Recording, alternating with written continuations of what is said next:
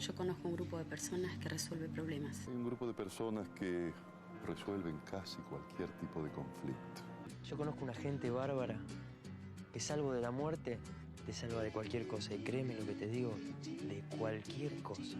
Me es muy difícil hablar de algo relacionado a una serie o a una película argentina, porque depende muchísimo de la persona y su relación con las mismas, aunque depende también de cómo estos hacen las películas o las series, y sinceramente hoy en día no lo hacen como antes, por no decir que a veces lo hacen mal. Aunque cuando hablamos de series argentinas que hayan marcado historia, se menciona a una que es una de las mejores series que parió esta tierra, de la mano de Damián Cifrón, y que a pesar de que se estrenó en el año 2002, aún sigue marcando a una generación por cosas como el guión, la dirección e inclusive porque esta no necesita parecer una película de Hollywood para destacar.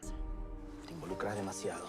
¿Cuál es tu problema, Zaretti? El problema es que... ¿Qué mierda es esta película? Obviamente estoy hablando de Los Simuladores, una serie que, con una idea simple, logró crear una de las mejores series de la Argentina y que esta sigue aún perdurando después de tantos años. Pero ¿cómo logró esto? Hay muchos motivos por los cuales esta logró hacerse una serie que sigue perdurando hasta nuestros días. Pero entre las cosas que la hicieron perdurar están... Los simuladores en un inicio podrán parecerte algo sorprendente, porque en todos los capítulos te dan una estructura diferente y te muestran situaciones completamente irreales que ni siquiera nosotros nos creeríamos. Pero todo esto ocurre de esta manera porque parte de algo tan simple como lo es la idea. Cifrón utiliza la idea para establecer el capítulo que nos quiere contar, el cual incluso puede llegar a algo más. Aunque esto de usar ideas para la trama de los capítulos también puede servir para lo que es la idea de la serie en general. La serie inicia de la manera tan simple como lo es: 4 personas crean simulaciones extraordinarias para ayudar a personas comunes, y con esta simple idea se creó toda la serie. Pero no solo fue eso, porque de esta misma manera se crearon los capítulos de la serie, ya que la estructura de la misma se basa de la siguiente manera. Primero tenemos una problemática establecida a través del problema de la persona común. Los secundarios ayudan a esta persona a través de la frase "yo conozco a unas personas que te pueden ayudar", que casi suena como una leyenda, pero nos da énfasis para que la persona busque a los simuladores, quienes, como de costumbre, crean un plan para cumplir ese objetivo. Aunque esto crea una situación que hasta cierto punto podría ser considerada como muy fantástica, eso se debe a que Cifrón usa las cosas de la vida cotidiana, cosas que pueden llegar a ocurrir, y con ello logra crear algo que luego se masifica y explota en una acción que podríamos considerarla completamente desopilante. Pero esto se debe por sobre todo a uno de los aprendizajes que dejó uno de los directores más importantes para él, Alfred Hitchcock, quien a través del trabajo de los héroes, que para él eran personas normales, quienes ingresaban en algo completamente espectacular, saliendo de lo normal que era su vida anterior. Un caso como esto lo podemos encontrar en la película Intriga Internacional, de quien Cifrón se inspiró para crear su película Tiempos de Valientes, de Diego Peretti, y también en otra película como lo es Relatos Salvajes, donde a través de varios cortos nos muestra historias muy desopilantes que inician con cosas completamente normales, como lo son una boda o un problema en la carretera, aunque esto también ingresa en uno de los puntos que este también sabe manejar, aunque no muchos se dan cuenta.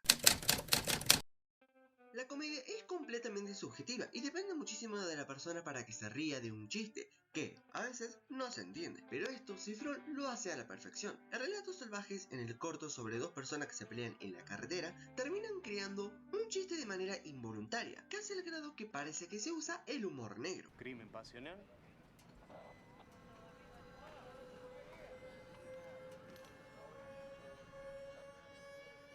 La comedia se establece no solo gracias a las situaciones, sino que a través de la inocencia de las personas que se nos hacen entrañables para la historia, e incluso que estos son los mismos protagonistas. Aunque el chiste que vimos anteriormente ocurre gracias a cómo se estructura y básicamente toma lo ocurrido, que era algo bastante serio, y termina rematándolo con un chiste para aliviar la situación. Y aunque los chistes son importantes como un alivio de una situación de algo, o también pueden ser para ayudar a un personaje.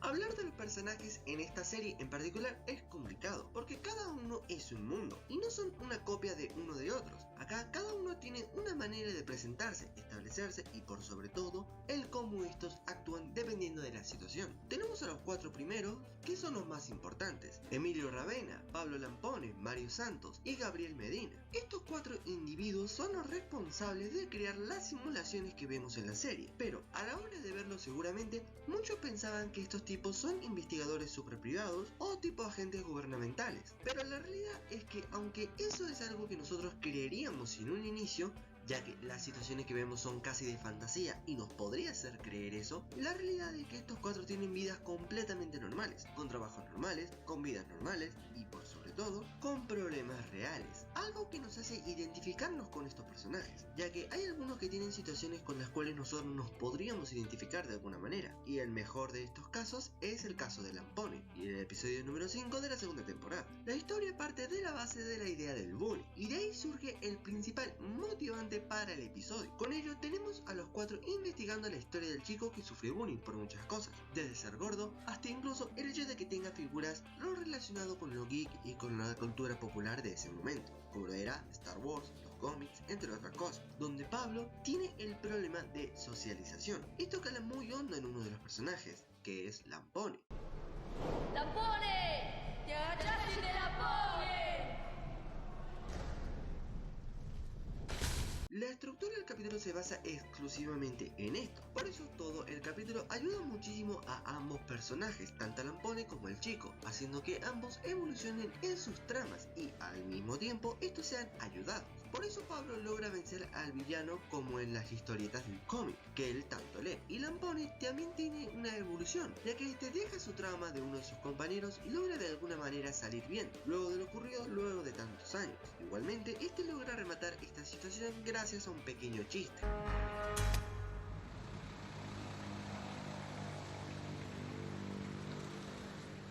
Por eso es lo que dije anteriormente. Por ende, pese a que las situaciones sirven para ayudar a las personas que los contraten, esto también ayuda a los mismos protagonistas, logrando así de alguna manera evolucionar y poder salir adelante, hasta incluso tener algo que ellos amen y que no sea siempre lo que ellos siempre hacen, crear simulaciones.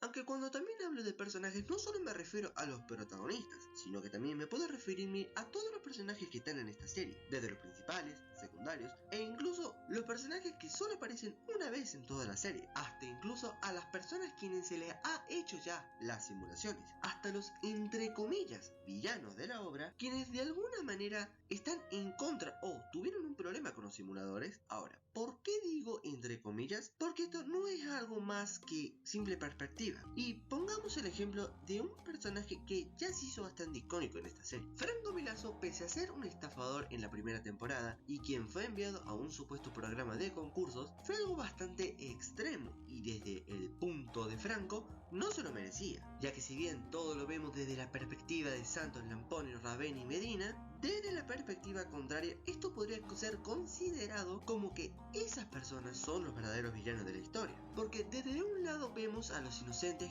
como los simuladores, mientras que los garcas y forros, que en sí es casi como se nos podría identificar de alguna manera a los argentinos, aunque un poco más exagerado, serían personas como Milazzo, aunque también esto ocurre al revés, porque si bien conocemos una parte de la historia, no conocemos la otra parte, por ende, la desinformación es algo que está al momento. Por eso hay algunas personas que se podrían identificar tranquilamente con Milazzo, aunque el final de Milazzo no fue el vengarse de los simuladores, sino que ahora tiene una misión donde debería matar a Bin Laden, porque sí, cayó nuevamente en una trampa.